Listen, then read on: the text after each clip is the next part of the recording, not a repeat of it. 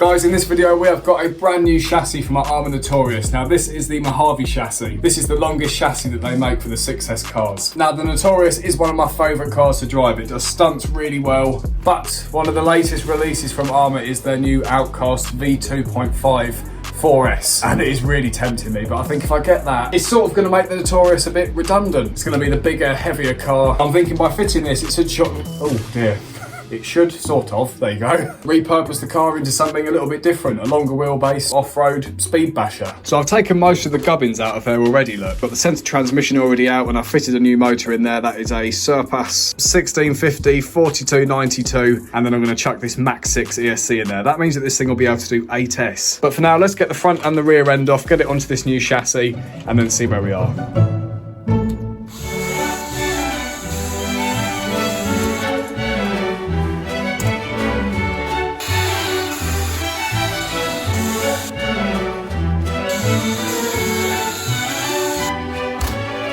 My goodness grief, that looks good. I was going to change the wheels and tyres, but I reckon that goes with that pretty well. Obviously, I do need to get one more, though. That's an odd one. So next up, I want to get some of the internals in there. So we've got the battery tray. Chuck that in there. We've got some side guards off the Mojave. They'll fit on there perfectly. Then we can start getting the power system in there.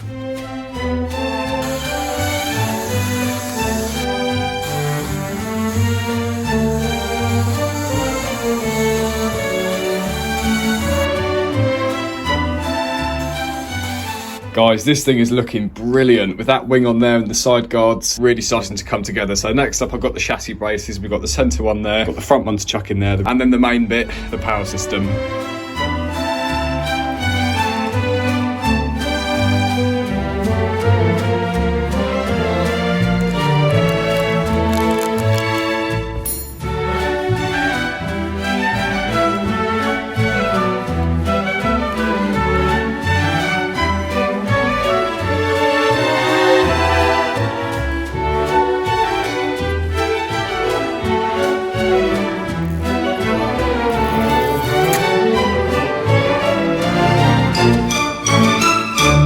Look at that, we're nearly finished now. We've just got to get the servo in there, get a new wheel on the back. We've had a few bits just turn up. This is the servo and the wheels, so we're going to get that fitted. And there's a couple of other small things we've got to do, but apart from that, we're pretty much there.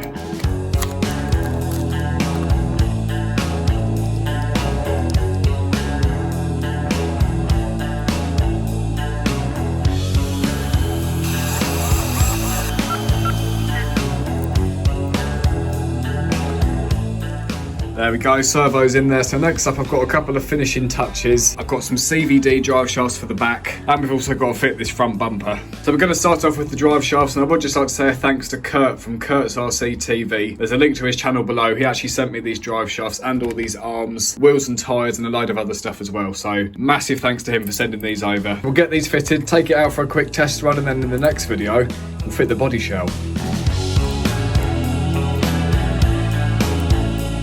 Oh, they're too small, compare it to the old one. Damn it. I'll have to go back to the stock one then.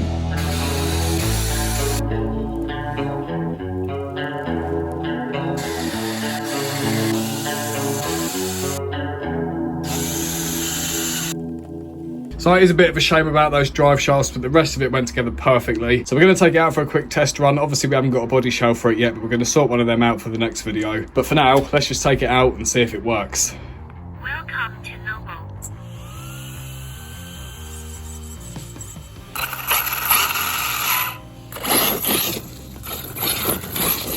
So I've just put it on 4S for testing it out, but we can always go 6S or 8S. So it's going to be like double the speed once we get one of those in there.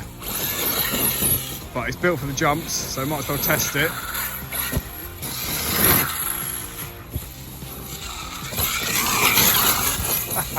We've got that 1650 kV motor in there. It's got so much torque, but that means we can gear it up, put more lipos in there.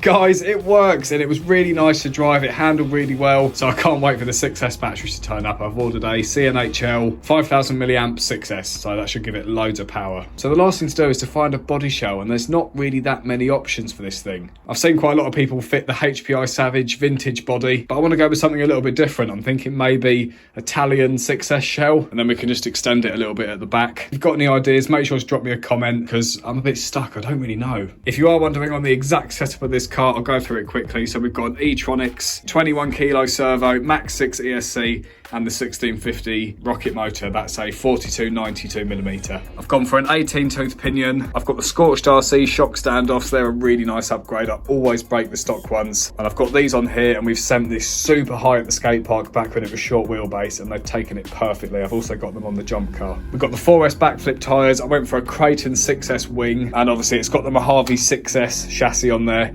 and the Fireteam 6S front bumper. It's got a full set of the RPM arms that actually came with the car when I bought it. I've actually never broken the stock Arrma ones, so I don't think it's a definite must-do upgrade, but these have lasted really well, so I think both are just as good, really. And in case you're wondering what this car was like before we fitted the long wheelbase chassis, make sure to check out this video here. We took it out to the skate park, did some massive jumps with it, so make sure to check out that video if you are intrigued. So that's going to be it for this video, and if you don't want to miss part 2 to this build, make sure you subscribe, hit the bell, so you can keep up to date and see how this build turns out.